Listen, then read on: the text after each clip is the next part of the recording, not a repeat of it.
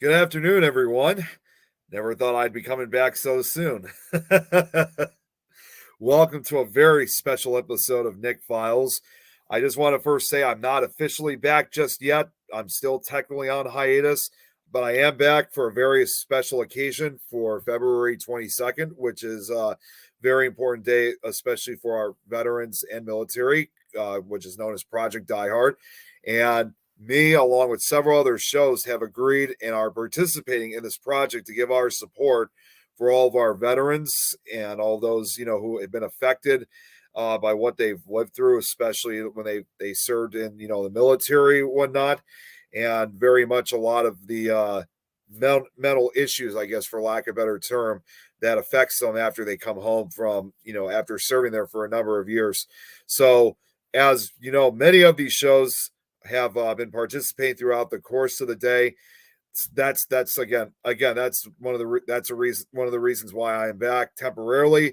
My show will not be officially be back until sometime in late March or early April, but this is quite an exceptional show, and because of that too, we're actually going to take things a little bit differently this time compared to what I've done to show my participation with this special event that's going on again for our veterans and also our allied veterans too.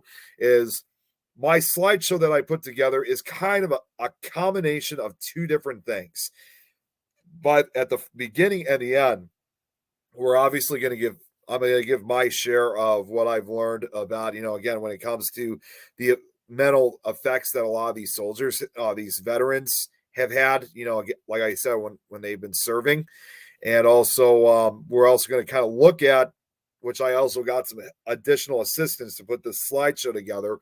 I certainly would like to give part of that credit. I know she said she doesn't need it, but I'll still say it anyway. I like to give part of this credit to Jan Lynn, who actually assisted me by getting some of this information for me, which I definitely would like to thank her for, because without her, I probably would have I would have probably been able to get as much information as I got. But honestly, even with the information that I did, and also my mom helped me out too. So thank you very much for that as well. Um, Before we get started, I just want to also say too that in spite of the information that I was able to collect from my mom, Jan, as well as finding some stuff myself, even the information that I found was relatively limited. So I tried my absolute best to try to add as much info as well as many pictures to kind of add to the slideshow. So I do apologize in advance if I didn't really add anything in beforehand, but I did add a few snapshots of certain things that I thought were important. So it's still going to follow along the lines of how I usually do my slideshows. It's just going to be obviously much different. And again, I just only had so much time to gather a lot of this information. Well, excuse me, a lot of the information and pictures to add to the slideshow. So hopefully you guys will find this very fascinating. I really hope so, because I really worked hard throughout a good portion of the night last night and this earlier this morning to put this together.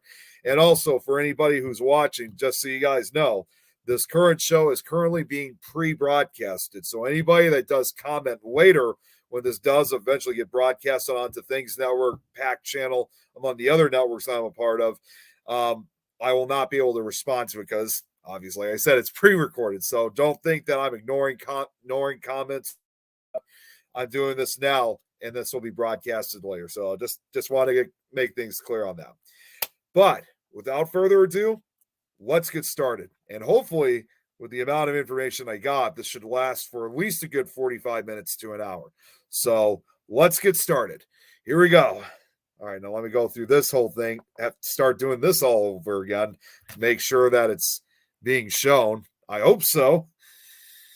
Okay, so I just want to make sure this is working correctly, because since I'm not doing this since I'm pre-broadcasting, I can't see it from my phone, obviously. So let's see. Yep, okay, we're good. It's showing. All right, now how do we get back? In spite of what I'm going to present, I obviously still kept the title to still kind of keep the originality of how I usually do things with these slideshows. But like I said, this is what I'm going to be calling the Project Diehard 2024 Global Support for our veterans. And like I said, it's not only just focused for our American veterans. It's also for a lot of our allied forces veterans. I mean, allied forces veterans who've served, especially those who have been involved in NATO, especially those in NATO, but even those outside of NATO, we give that support. And Jan actually gave me kind of a good idea. Obviously, don't take it the wrong way, but this even goes for veterans that even if they're they were in the countries of where I guess you can say our enemies are, regardless of the fact, uh, what no matter which side whether you're on the good side or bad side, whichever side you're on, it's all the same for surviving veterans. So a lot of times it it affects both sides very greatly, because, and I think it really and I think that's pretty factual, I guess, for lack of a better term, where you have soldiers out there who they come home and they come home and they end up having all these, after what they've witnessed while they were fighting, they witnessed a lot of the horrors of war, and seeing a lot of their fellow comrades die right in front of them when they're just simply fighting for the country, and they're looking for some kind of closure, if that makes any sense, if you will. So either way, this is obviously a global support for, again, all veterans regardless. And I guess from this point on, like I said, I'll talk a little bit about that first, and then kind of give a little history of, in this case, how some of our allied forces kind of came together for certain events. Most of it that I was most of what I found actually was mainly focused on the early 2000s, especially the combined forces that occurred, that collaborated in Iraq in the early 2000s. So I did have it sent to somebody else to get their review on. They said it was very comprehensive. So I'm hoping that this is going to be just as comprehensive for you guys. I don't know why the title, or hold on one second here. I don't know why the title's not showing up. Let's fix that up very quickly. So bear with me for just a second here. There we go. Okay. So, all right, we're good. Now let me go through this whole thing again. Share this whole thing once again. Bear with me for another minute. And okay. Oh, yeah, I just want to make sure the screen. Okay, yeah, screen share is working. All right. So when you think of, so obviously when it comes to, again, certain things for veterans, who have, had gone through a hell of a lot, while they were serving, in the military or the Marines or the Army, there's always a good likely chance for maybe not exactly everybody, but for a lot of them to have a lot of mental health issues, even possibly homelessness, and believe it or not, even suicide. But the greatest difference among the countries is probably the delivery of mental health programs and services, as they must be coordinated with the healthcare system in each country. To give a couple examples, Canada's federal, sorry, just got a message. Canada's federal system poses challenges that do not exist in New Zealand, and the lack of a universal healthcare system in the United States requires a parallel system of health institutions that Canada no longer needs. These considerations, therefore, have a significant influence on how each country develops its own solutions to mental health problems that may arise from military service. In New Zealand, for example, since there is no separate department for veterans, the programs for them are the same as those for serving and transitioning personnel. The smaller number of cases, given the smaller number of personnel, makes it easier for New Zealand to offer individual service. In the United Kingdom, another good example, the services of the armed forces are available to serving and transitioning personnel up to 6 months after release. After that, the National Health Service is responsible for veterans' health care needs. Special needs are met by community organizations, after which the Departments of Defense works through Veterans UK, the central umbrella organization that coordinates service delivery at the local level. For example, in the case of community health services for veterans, the largest partner organization in England is what's known as Combat Stress. In Scotland, Veterans First Point coordinates these services, while another organization coordinates services in Wales. But the thing is, what is important is that, unlike in Canada, the governments of these two countries only coordinate specialized community services. They do not directly provide mental health programs to their veterans. During the study, some discussions on mental health led to a discussion about the connection between mental health problems and homelessness. Now, in the United States, it's no surprise at all whatsoever. Uh, Homelessness is clearly a problem, and not just for veterans. I mean, that it goes for a lot of people, unfortunately. I mean, even here in Chicago, we have, I don't know if I would say that we have one of the highest rates. I wouldn't say that necessarily, but we do have a lot of, unemployed and homeless people, still living out in the streets. But either way, however, the large number of veterans in the US means many among the homeless population, definitely. It is therefore easy to assume a cause and effect relationship between a veteran and homelessness. However, this link has not been clearly established. Similarly, data from the United Kingdom do not suggest any direct link between the two. As Captain Heffron points out, there has been a study undertaken in the last few years, only available for London, where we see as few as 3% of all those who are homeless in the London area being ex-armed forces. And indeed, they may come from armed forces of different nations. Excuse me. Now, surprisingly, neither Germany nor France seem to have any specific problem with homeless veterans either. Mr. Charlotte of the Office National des Veterans et des Victimes de Gouvernance. See, I'm not good with other languages, unfortunately. So I'm sorry. I probably was butchering that whole thing. In France, nothing compares to what the U.S. and Canada have experienced with respect to the homeless. The regional network I mentioned earlier helps individuals in distress to find a local support service. Let me add one thing. It is important to realize that these regional services, these local services, work closely with other government services, particularly the prefects. I'm not sure whether the Canadian system is similar to the French system, but the ONA CVG works extensively with the prefects who have specific responsibility in the area of housing. In France, prefects have quotas for housing that they can assign. Since we all work well with the prefects, we may very well turn to them to try to find housing when a veteran is homeless and in distress. Okay, so now we're going to switch things up. I'm actually going to fix this very quickly. Hold on 1 second here, because that also was supposed to fade in.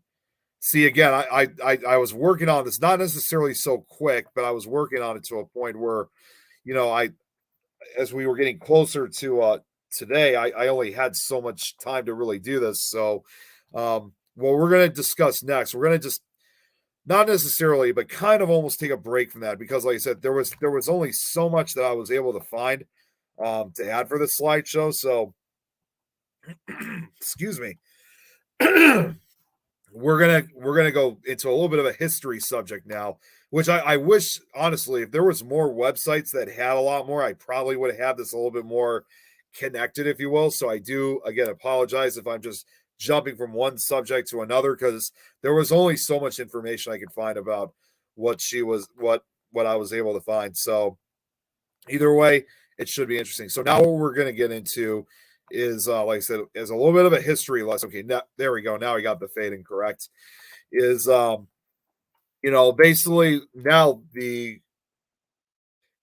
basically the Allied forces coming together on one of these operations during the time of Operation Iraqi Freedom. So just to kind of give that kind of support system of different countries, given assisting the U.S. forces in this case, if I'm saying that correctly.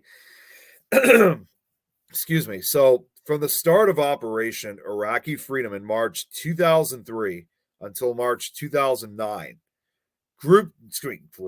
ground troops from 37 countries deployed alongside U.S. forces, with some 20 other countries providing indirect support. Yet, U.S. media and public opinion often regarded this coalition of the willing with either skepticism or disdain, believing that the United States was engaged in a lonely and, by implication, hopeless cause, which I can understand with what they were thinking first, because especially, you know, I mean, honestly, the only what I could really think of is especially after 9/11 in this case. I'm sure the United States basically thought that this was something that, they were going to have, I guess really say that they were going to have to kind of deal with this themselves. But either way, it was still incredible that many other countries decided to deploy their forces during the start of Operation Iraqi Freedom. On the contrary, many countries provided significant military support to the U.S. Army, performing vital missions to assist combat, intelligence, reconstruction, and support operations. The participation of these coalition partners proved critical to the success of the overall mission. This monograph examines the achievements and contributions. The terms allies, coalition forces, coalition partners, and multinational forces are used interchangeably to refer to non-U.S. forces that deployed to Iraq under U.S. theater or regional command. And by the way, I almost forgot to mention a lot of this information I was able to find.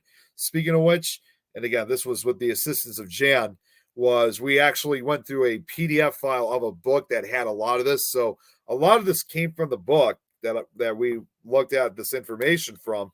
But again, there just wasn't that many sites that could provide a lot of this info I was looking for. So we didn't take exactly all of it, but we took what we believe was probably the most important pieces of information to have for this slideshow. Now, these do not include, now going back to these different terms, these do not include forces deployed to Iraq under I don't even know how to say that word, of the United Nations, UN, or the North Atlantic Treaty Organization, better known as NATO, whose troops were not officially part of the U.S. command and control structure. Although the official number is unknown, it's about 60 nations. In addition to the contributions coalition forces made to the operational and tactical environment in Iraq, their presence had obvious strategic implications that reached far beyond the theater of operations.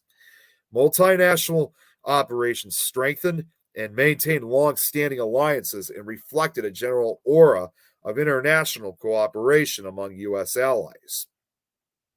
They also warded off charges of neo-colonialism against the enterprise and imparted a genuine feeling of legitimacy to its aims. Japan's participation in Iraq, its first military deployment since World War II, which is just incredible that, after that long, significantly reinforced its long existing strategic ties with the United States. A similar bond resulted from El Salvador's comparatively large and lengthy involvement in the war. In addition, partnerships forged in coalition operations helped foster new alliances and friendships, which, it's just amazing that especially after certain, if you look in the case with Japan and also El Salvador, after all the, as it says, the strategic ties and rivalries and stuff like that, it's just amazing that they tried to, I guess, bandage up, for lack of a better term, to try to not only increase what, not only just to give the assistance, I guess, but to also just increase that coalition or alliance for all those that, want to help out, in this case of the U.S. or other countries regardless. Now, Georgia's decision to send troops to Iraq for example, created strong ties with the United States and other Western allies, as did the significant contributions of other Eastern European and former communist bloc nations. Finally, multinational operations helped improve interoperability between U.S. and coalition forces, which will be essential in future combined operations. The U.S. Central Command and U.S. Army planners. Oh, wait a minute. I guess that was, I might have missed a sentence there. Okay. Now, by March of 2003, the term coalition of the willing had entered common usage to refer to those countries that supported Operation Iraqi Freedom and the U.S. presence in post invasion Iraq. The initial publicly released detailing coalition participants in March contained 49 nations. In the later part of that year, the White House revised this original list, decreasing the number to 48 at the request of Costa Rica. Costa Rica's request reflected significant international opposition to military action against Iraq and foreshadowed how difficult it would be to keep such a large and diffuse group together. All multinational armed forces that participated in the invasion of Iraq were under the command and control of the commander of CENTCOM, or if it's CENTO, I think it's CENTCOM. Okay, yeah, CENTCOM, General Tommy R. Franks. Although national chains of command remained strong, CENTCOM, a U.S. regional combatant command established in 1983, had planished in operational control of U.S. operations in the Persian Gulf from Egypt to Pakistan. It was a U.S. joint command consisting of land, sea, air, and special operations forces. Each of these components was under the combined forces led by General Franks. American and other allied nations' ground forces in CENTCOM served as part of the coalition. Forces Land Component Command, CFLCC, headed by Lieutenant General David D. McKernan. CFLCC consisted of two U.S. Corps level headquarters, the U.S. Army V Corps and the I Marine Expeditionary Force. Allied forces, specifically the British 1st Armored Division, served directly under the first, I think it's supposed to be the 1st Marine Expeditionary Force during the ensuing operations. Meanwhile, Special Operations Forces of the United Kingdom, Australia, and Denmark, according to most reports, became part of the U.S. Combined Forces Special Operations Component Command, or better known as the CFSOCC, another subordinate headquarters of CENTCOM. And this is actually, so right here, this is actually the first chart that I was able to find, the Coalition Forces Land Component Command and U.S. Combined Forces Special Operations Command as of May of 2003. It's still, from what I heard, I mean, if I'm saying this correctly, it still kind of looks the same, but you're going to notice some changes, though, as we press on. So obviously, you got the second Secretary of Defense up here, U.S. Central Command down here, Coalition Forces Special Operations Component, which was led by the United States, and the Coalition Forces Land Component Command, which also was led by the United States.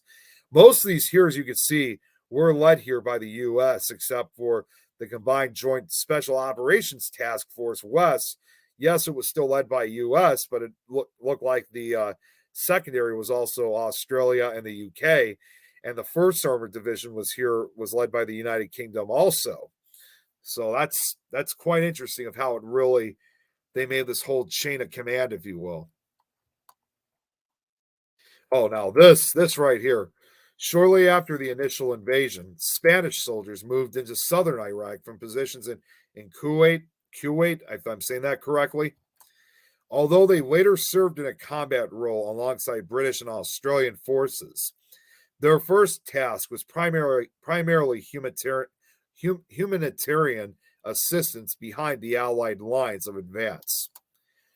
A number of other nations sent troops to Iraq during this phase: Albania, the Czech Republic, Dominican Republic, El Salvador, Republic of Korea, Ukraine, and Mongolia all deployed soldiers to Iraq from late March through April. By April 30th, a total of 11 Allied partners had committed nearly 50,000 troops to the coalition effort. To perform its diverse missions, CGTF 7 also had at least limited operational control of all forces within Iraq, including all multinational forces. Now, after May 1st, 20 countries deployed contingents to Iraq: Azerbaijan, Bulgaria, Estonia, Georgia, Honduras, Hungary, Italy, Kazakhstan. I can never say that one for some reason. Latvia, if I'm saying that correctly, too. Lithuania, Macedonia, Moldova, the Netherlands, New Zealand, Nicaragua, Norway, Philippines, Romania, Slovakia, and Thailand. The influx brought the total number of Allied partners in Iraq to 333 and increased the number of non-U.S. troops in Iraq to 25,000.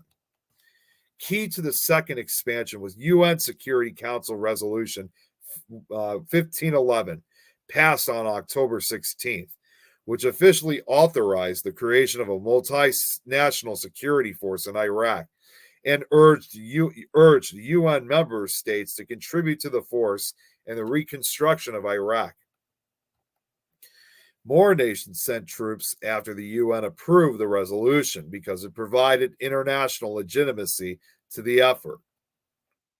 Allied partners played the major role in several of these multinational divisions. The British, who provided the second largest contingent of forces in Iraq, took the lead in MNDSE and provided command and control for a large number of coalition forces in southeastern Iraq, including those from Italy, Australia, Romania, Denmark, Portugal, Czech Republic, and Lithuania. Poland, the third largest troop contributor, took the land in MNDCS, which included troops from the Ukraine, the so-called Plus Ultra Brigade, MNBPU, also known as the Brigada Hispano-Americana, composed of troops from Spain, Dominican Republic, El Salvador, Honduras, and Nicaragua, as well as forces from Kazakhstan. I can't say that one. Latvia and Mongolia. MNDNE, under the lead of the Republic of Korea, stood up in September 2004 after Seoul agreed. I never really figured out how to pronounce that one. Agreed to significantly increase its troop strength and undertake reconstruction and humanitarian efforts in northern Iraq. Now, that's quite amazing that these other allied forces that were added to this, I mean, it was like it just got bigger and bigger, which really goes to show about this kind of, I guess if you want to call it global support, of assisting again these different countries. It's just absolutely incredible.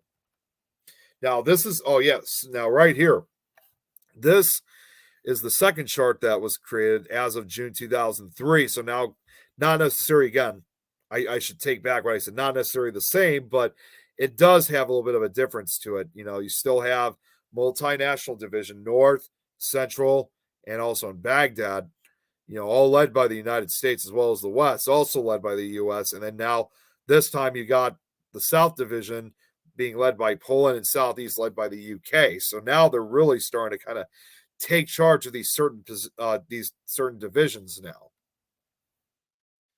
In April 2004, CGTF 7 commanded 162,000 ground troops in Iraq, of which approximately 25,000 were coalition soldiers and a Japanese contingent that deployed to Iraq in February of that year.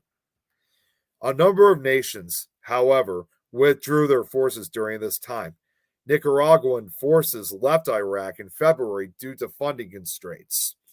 Then, In the wake of the bombing of the Madrid commuter trains in March by terrorists, Spain withdrew its forces, as did the rest of the Plus Ultra Brigade, except El Salvador. These withdrawals resulted in the number of allied nations with troops in Iraq falling to 30. So, unfortunately, I mean, it's not really surprising that, even when you have all these different allied nations coming together to fight, you know, unfortunately, some of them will eventually withdraw because, again, for a number of various different reasons, as you can see right here. So it's not surprising the least bit at all. In part, as a response to the deteriorating situation on May 15th, less than 11 months after CJTF 7 stood up, CENTCOM replaced it with two new commands: Multinational Force Iraq, MNF, or better known as MNFI, and Multinational Corps Iraq, MNCI. General Sanchez, the CGTF 7 commander, led MNFI until July 1st, when General George W. Casey replaced him, while Lieutenant General Thomas F. Metz took command of MNCI. Now, the term plus ultra, which is Latin for further beyond, is the national motto of Spain, believe it or not, which is something I never even knew about. Now, shortly after standing up, MNFI adjusted the boundaries of the multinational division areas of responsibility. The basic multinational division structure, however, remained relatively unchanged, with MNDN, MNDNC, MNFW, MNDB, MNDCS, and MNDSE.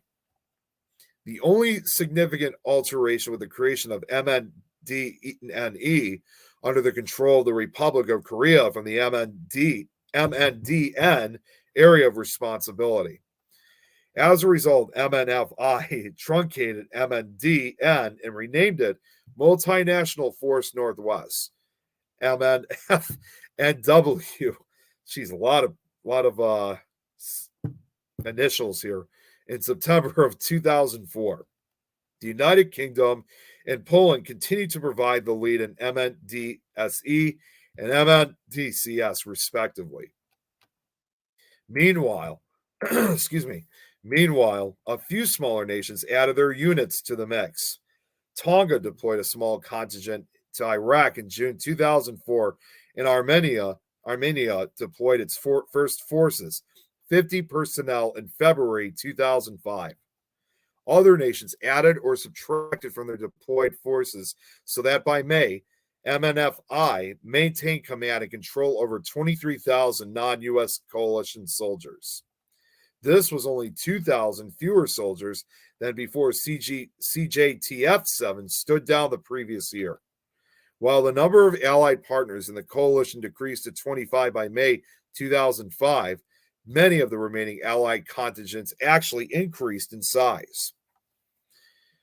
Now, in the United States, so we actually are getting close to the end of the slideshow, which, again, I know it wasn't very much, but it was definitely a lot more than what I was originally thinking we were going to get. But we are now kind of going back to the mental health issue because, again, I want to kind of switch between, regards to the mental health and also an example of different allied forces coming together to fight alongside again with the United States. So now we're going to go back as we get close to the end of this. Like I said, I was anticipating this was going to at least last for probably about a good 45 minutes to an hour. And let's see how far we've gotten so far, because I was reading relatively slowly and carefully. So we're only at 35 minutes. I was expecting it was going to go a lot more longer, but I still got at least another 2 or 3 more slides, and it's going to last for quite a while anyway. So I don't think I'm going to be able to make it for a full hour, but I could see it lasting for at least about a good 40. Okay, so I'll put it between another good 40, 45 minutes. And once again, I just want to say for everybody who's tuning in right now, this is actually a pre-record broadcast, so I'm not actually live as of right now. So again, if anybody's wondering why I'm not saying hello or answering any questions or anything like that. Again, this is all pre-recorded. So don't think I'm ignoring you. I promise you guys. So anyways, to get things as we get close to the end of this, but still have a little bit more to go. In the United States, it is commonly believed that there is a direct causal link between the suicide rate and veterans, given the risks of mental problems. So once again, like I said, going back to the mental issues, of what a lot of these soldiers are affected by after they've been overseas. As Robert Reynolds of the U.S. Department of Veterans Affairs reported, 22 U.S. veterans, sadly, and honestly, this is something I never even knew, 22 U.S. veterans commit suicide each day. In Canada, believe it or not, the suicide rate among veterans is about 50% higher than among serving members and the general population. It is not clear whether this difference is as significant in the other countries studied. Mr. Borstler strongly objected to this popular belief, which he thinks stigmatizes veterans and makes employers worry that all veterans suffer from mental health problems and will be a danger rather than an asset to the organization. When I educate employers every day, I talk about the misnomer that is post-traumatic stress, about demystifying it and talking about the data. They say that 22 American veterans commit suicide every day. Let's drill down on that data. We don't have to go into the specifics when we talk to the employers because they usually get it right away. But 20 out of those 22 veterans are white males over the age of 60. This is exactly consistent with the civilian population in the United States. Now, it was actually supposed to show up here. I guess I must have accidentally took it out, but it does show, believe it or not, that white males over the age of 60 do tend to commit suicide, unfortunately, at a higher rate than do other populations. Which again, something I know a lot of them often suffer, of course, PTSD, but I never thought that it was mainly for those who were over the age of 60 that actually have these suicidal thoughts. But does make a lot of sense when a lot of years have gone by. In order to prevent further mental health issues from occurring in their transition and reintegration into civilian life, we need to focus more on the employment and career transition instead of putting more dollars and media attention and efforts into explaining why veterans are broken, rather than why we're civic assets and we will be the best employees at your company. This statement offers some food for thought. Just because a veteran committed suicide does not mean he committed suicide because he was a veteran. We must challenge the preconceived suspicion that veterans are less reliable in the workplace because of the potential mental health challenges that have become too often associated with them. All the evidence provided to this committee clearly demonstrates that veterans tend to, in fact, be more reliable in the workplace than other employees. And unfortunately, again, that was pretty much it. So again, I really wish I could. Again, I did hours studying trying to find more stuff like that, and they're just, again, even with additional help, I just couldn't find as much as I was hoping to. So this was really the best I could come up with. I didn't want to go too deep into what I was talking about because, again, I wanted to also make this, again, in part for Project Diehard, make this also about mental illness. For veterans. And, it's, I'm hoping this was, pretty consistent because, again, it's amazing that even when I did the research that there was just such limited websites that really told a lot about it, not just regarding, let's say in this case with the United States and Canada. It's like that I just couldn't find a lot for really a lot of other countries. So it's just, I don't know. It's something really different that I've never really, sorry.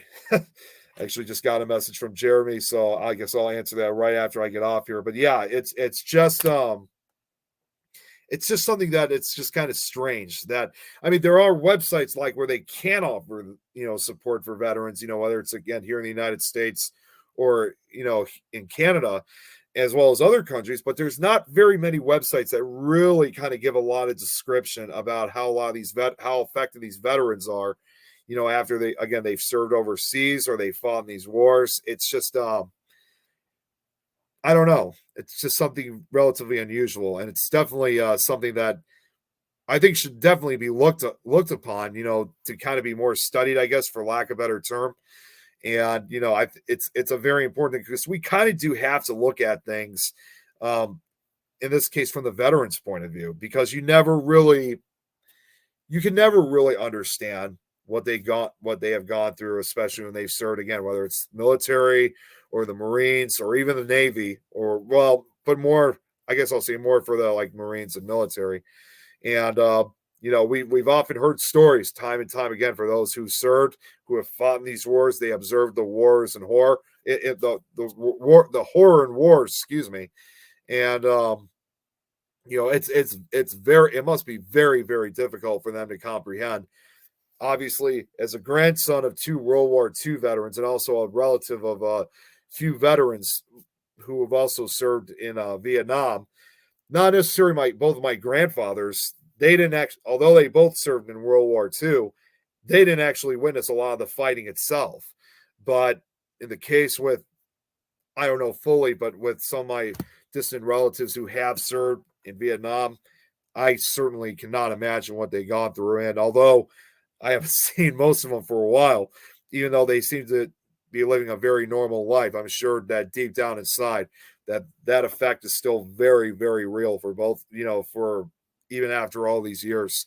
So nonetheless, it sticks to you forever, regardless. It will never go away. Again, that's why we have something that's called PTSD. Well, I wouldn't say that's why, but a lot of these soldiers indeed they do suffer PTSD, and later in life, from what now I learned is that they do often have these thoughts.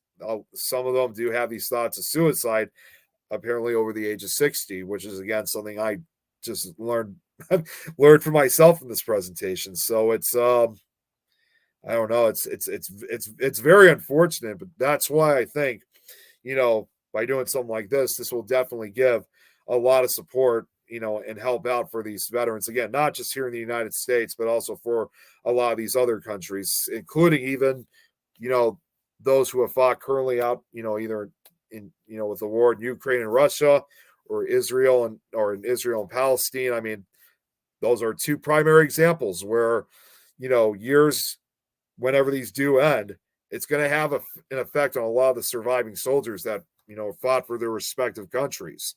So the reasons are never good, but the loss of life is certainly out even worse. But for those who survive, again, it will have a lasting effect on them, nonetheless. But anyways, again, I know this wasn't really a very long one, but we did manage to make it almost to the 45-minute mark. So this actually did work out pretty well. I'll message him later. I definitely would like to thank Zach of Pack Channel, of course, all the other shows on the other networks I'm a part of. But I guess in this case for Zach, I definitely would like to thank him for allowing me to take part in this, bring this special Nick Files on for Project Diehard, to give my support and to give my information out. I took part in it last year, if you guys remember. I did the year before. I'm hoping to do it again next year. Of course, now that I got a full year, I'm going to really kind of do some hard thinking on what I'm going to be talking about for next year, because trying to come up with what I wanted to talk part of was a little bit more difficult than I expected it was going to be. So I wasn't sure what I was going to talk about until literally like 2 nights ago. And that's why, again, giving Jan the credit, she had this idea of talking about, different, countries coming together. And again, even if it's countries that, we've never really fought with before, the fact that we grew to quite a large number, that's pretty incredible. It really is. So, but either way, again, I do apologize if I didn't really add like a lot of pictures, or I didn't get as much as I was hoping I was going to get. It was the best that I could do. And I hope either way you guys found it interesting regardless. So I definitely would like, again, I would like to thank Zach. I also would like to thank, again, Jan and my mom for providing the information for me to put this slideshow together. And for anybody that tunes in later today, I'm going to say thank you in advance for checking it out. We really appreciate it. As you guys know, like I said at the beginning, if you weren't here at the beginning of the show, I'm not officially back just yet. Again, I'm still on my hiatus. Again, I was only coming on to help take part in this special event. So I will be back, as a reminder, sometime in late March or early April. I haven't even gotten started on the other presentations yet, but they are currently underway, which I'm hoping to begin sometime in early March. So that's why I'm saying late March, early April is when I'm going to get started again. But either way, I'll begin start with this in just a couple days, sometime after February. But as always, thank you guys so much for tuning. As always, it's definitely good to be back. I will see you guys in just a couple weeks, and I'm already coming up with a good list of things I'd like to present. Of course, we're going to continue on with, for starters, the cryptid stories, because I do have a few more cryptids I would like to present before we get back into the haunted and historical locations. So it's going to be great. So I can't wait for season 3. So season 3 coming soon, just another month or so. But again, thank you everybody so much, and I'll see you again real soon. And Zach, thank you once again for letting me take part in this. You guys all have a great night.